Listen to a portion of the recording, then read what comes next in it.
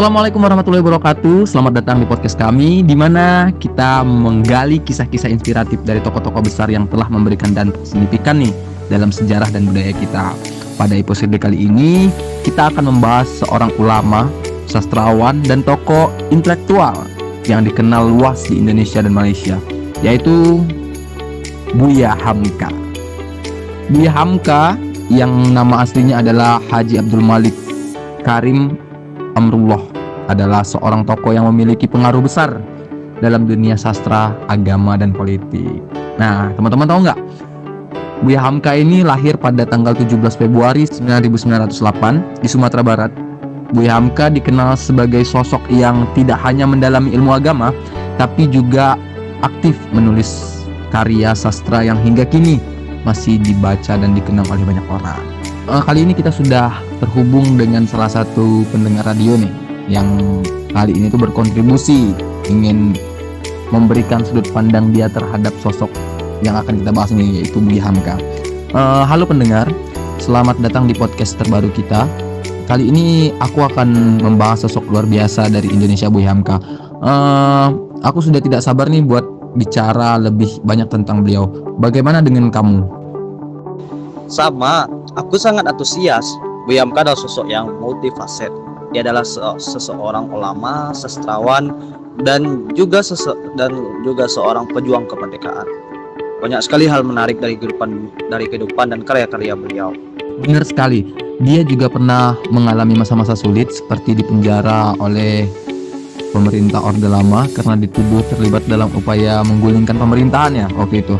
Namun Buya Hamka tetap tegar dan malah menghasilkan karya-karya besar selama masa pertahanannya, waktu di tahanannya, termasuk Tafsir Al-Azhar yang sangat terkenal itu ya. Iya, minatnya yang besar terhadap literatur ini membuatnya menjadi salah satu sastrawan terkenal di Indonesia. Karya-karyanya seperti Tenggelamnya Kapal Van der Wits dan Di Bawah Lindungan Ka'bah sangat populer dan menggambarkan perpaduan antara budaya Indonesia dan pemikirannya yang luas. Selain karya sastra, kita juga tidak bisa melupakan kontribusi dalam bidang agama ya. Buya Hamka pernah menjadi Ketua Majelis Ulama Indonesia atau MUI yang pertama dan sangat berpengaruh dalam penyebaran ajaran Islam di Indonesia. Dia juga sering menyampaikan ceramah yang penuh dengan pesan moral dan intelektual.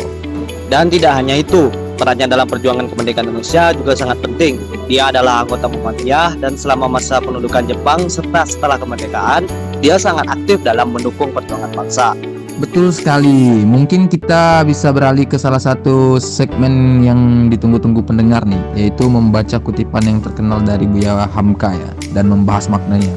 Setuju. Mari kita mulai dengan kutipan dari Tenggelamnya Kapal Van der Wits yang sangat mendalam. Kalau hidup sekedar hidup, babi di hutan juga hidup. Kalau bekerja sudah bekerja, kera juga bekerja. Apa pendapatmu tentang kutipan ini? Kalau yang saya pandang ya, sebenarnya kutipan ini tuh mengajarkan kita bahwa hidup dan bekerja harus punya tujuan yang lebih tinggi. Tak sekedar untuk bertahan hidup, tapi juga memberikan makna dan dampak positif bagi diri sendiri dan orang lain. Sangat relevan dengan prinsip-prinsip hidup Buya Hamka sendiri ya. Sebuah bukti keteguhan dan kedalaman intelektualnya, Buya Hamka adalah contoh inspiratif bagaimana ilmu, iman, dan karya bisa berjalan bersama untuk membentuk sebuah kehidupan yang bermakna dan berdampak luas.